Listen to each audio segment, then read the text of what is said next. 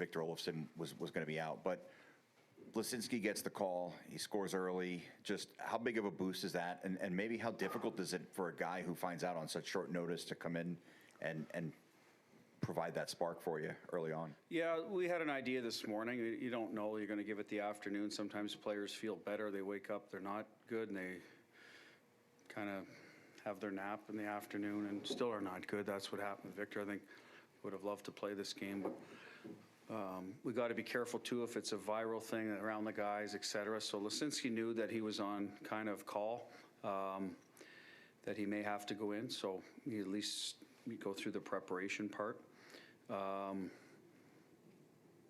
Big goal for him. Happy for him, right? Different guys are contributing for us, especially in this run. So, and he got it going to the net. Wasn't lucky. It was a good play.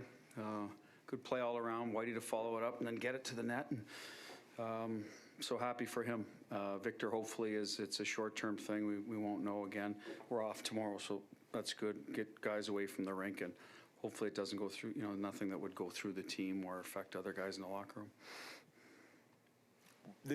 Your defense or your blue line is top 5 in the league in scoring. Noah Hannafin kind of mentioned that the transition and the rush for you guys has been a big difference. But what have you seen between this year and last year that's made a difference for your blue line just scoring as many points as they have?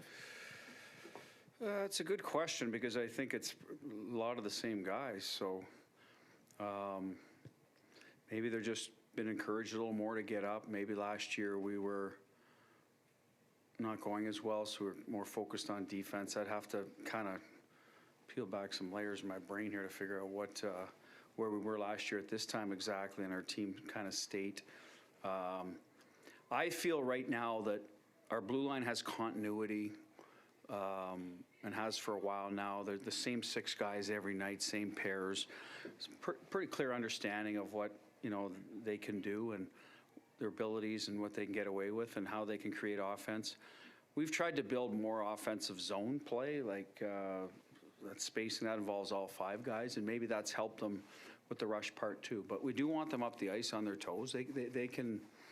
That's something Hanny's always been able to do. Theo, I think Naber's numbers are actually down a little bit this year from last year. Petro's a guy that'll get up now. We're encouraging Whitey. I think Whitey is skating better, a little bit ahead of last year. I believe it was Whitey that got hurt early, right, in Colorado in preseason. I think it took him a while to catch up because he was always at the part of the season where other guys were ahead of him, and eventually he did. But so maybe that has something to do with it. What's available to us off the rush, focusing more on turning up.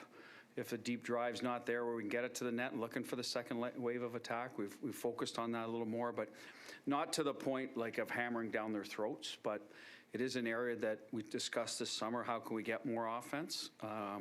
Ozone play, using the D off the rush, and increasing our numbers in the power play. And I think we've been able to do a little bit of each. Danny, then Paul. Bruce, Danny Webster, Las Vegas Review-Journal.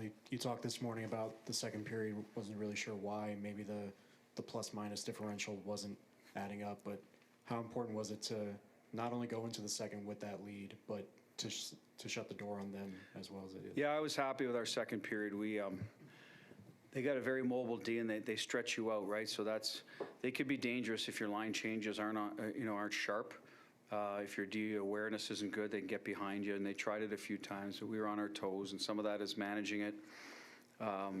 When you give it up or hanging on to it in the ozone. But I like the fact that it was lower event opportunities for them. I think they had some looks, but a lot of them were off net, and they weren't on those stretch plays. There was a power play opportunity where I think they had a few off net shots and a seam later on. But yeah, that was good. Where they had their push was start of the third.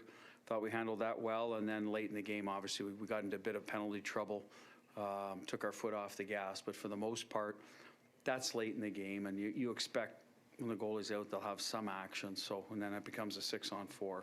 So second period was really good in terms of not allowing, and we there was, we use recent history, right? Montreal, Philadelphia, this game, right? Montreal gets away from us because we let them off the mat late in the second. Philly, we did not. Tonight, I thought we did not as well. So going in the right direction in that regard.